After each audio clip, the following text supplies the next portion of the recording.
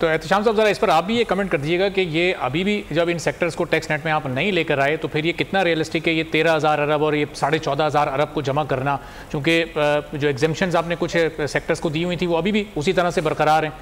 आपने अपने इत्तेहादियों को मना लिया, उस मामले पर भी ऑन बोर्ड लेकर बनाया जा सकता था।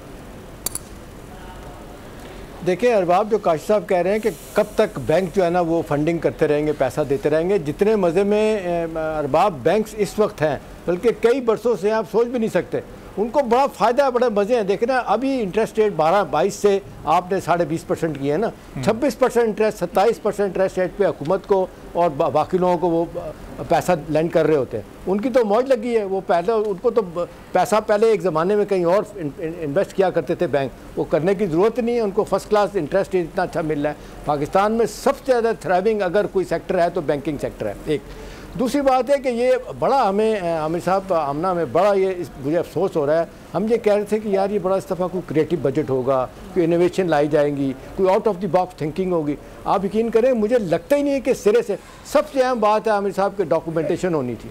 ये ब्रॉस बेस करना था आपने टैक्सेशन सिस्टम को, आपने धेले का काम नहीं किया। अब देखें फिगर आना शुरू हो गए हैं, 55 लाख टोटल टैक्स पेयर हैं, 30 लाख लोग हैं नील फाइल करते हैं और 20 लाख लोग जो टैक्स देते हैं। और आप पे मैं और आमना अब तैयार हो जाएं, 35% थे, अब ये 45% टैक्स जो है ना आप पे रम पे लगने जा रहा है। आप मुझे बताएं ये क्या किया इन्होंने, बजाय नए सेक्टर गालिबन ये नहीं कहा इत्शाम साहब, सॉरी खता कलामी होती कि सैलरी क्लास पे टैक्स के रेट में इजाफा नहीं होगा, सिर्फ स्लैब्स चेंज हो रही हैं।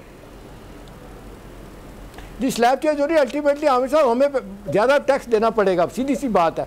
दूसरा एक्सपोर्ट के लिए भी बात हो रही थी, जो जायज़ बात करनी चाहिए, वो थोड़ा सा हुकूमत ने टैक्स तो बड़ा मामूली है उन पर, लेकिन एक्सपोर्ट रीफाइनेंसिंग के लिए जो 3.8 अरब रुपया रखा गया था उसको बढ़ा के उन्होंने टोटल कर दिया 13.8 बिलियन। तो ये खासा है, इस पे कर सकते हैं। प्लस रिस्क मिटिगेशन भी उन्होंने किया है कि जो एक्सपेंडिचर होगा हम आपको गवर्नमेंट को देगी। मेरा ख्याल है इंसेंटिव भी हैं, लेकिन साथ साथ जो हमारा ख्याल था कि जी ये इंपोर्ट्स कम होंगी, उसके लिए कुछ सोचा जाएगा। बस लग्जरी गाड़ियाँ जो $50,000 से ज़्यादा की है उस पर उन्होंने टैक्स ठोक दिया है। लेकिन आप देख लें कि जो अब गैर ज़रूरी जिसको कहते हैं आइटम्स हैं उन पे उनकी इंपोर्ट पे पाबंदी लगाएगी। आज भी कहा जाता है कि जी वो कुत्तों और बिल्लियों की खुराक है उसको इंपोर्ट किया जाएगा। आप भी देख लें हमारा बजट ट्रेड डेफिसिट जो है ना वो 35 से 40 बिलियन के दरमियान खड़ा हुआ है, उसको कम करने के लिए कुछ नहीं किया गया। तो मेरा ख्याल है रेवेन्यू बढ़ाने के लिए जो हमारा ख्याल था आमना के ये कोई नया तरीका ढूंढा जाएगा, कोई टैक्स पेयर की तलाश तादाद की जाएगी। नए सेक्टर रियल स्टेट आप देख लें,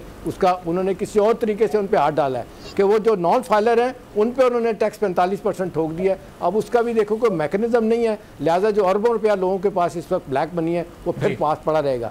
आमतौर पर ख्याल किया जा रहा था कि आर्टिकल 7 जो है उसको रिमाइंड करेंगे ताकि इनको इंसेंटिवाइज किया जाए और ये थोड़ा बहुत टैक्स दें। जो पहले दिन में बेशुमार वो कहते हैं कि हमारी हुआ करती थी ट्रांजैक्शन, जो रियल एस्टेट के लोग हैं वो कहते हैं 2-4% रहेगी हर शहर में।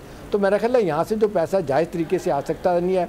सबसे बड़ी बात और है जिसमें सारे हम रोते रहे कि एग्रीकल्चर इनकम टैक्स देखे नहीं लगाया। अब ये सूबों को मौज करने का मौका हमने दिया गया, सिर्फ 500 रुपया टोटल इकट्ठा करते हैं। 4 बड़े टैक्स फेडरल एक्साइज अपना एक्साइज एंड टैक्सेशन है, रियल स्टेट उनके पास है, इसके अलावा 35 और हुकूमत ने इंटेंशन शो की या कोशिश भी की टैक्स कलेक्ट करने की, तो वहाँ थोड़ा सा हमने भी देखा कि रेजिस्टेंस भी सामने आती है।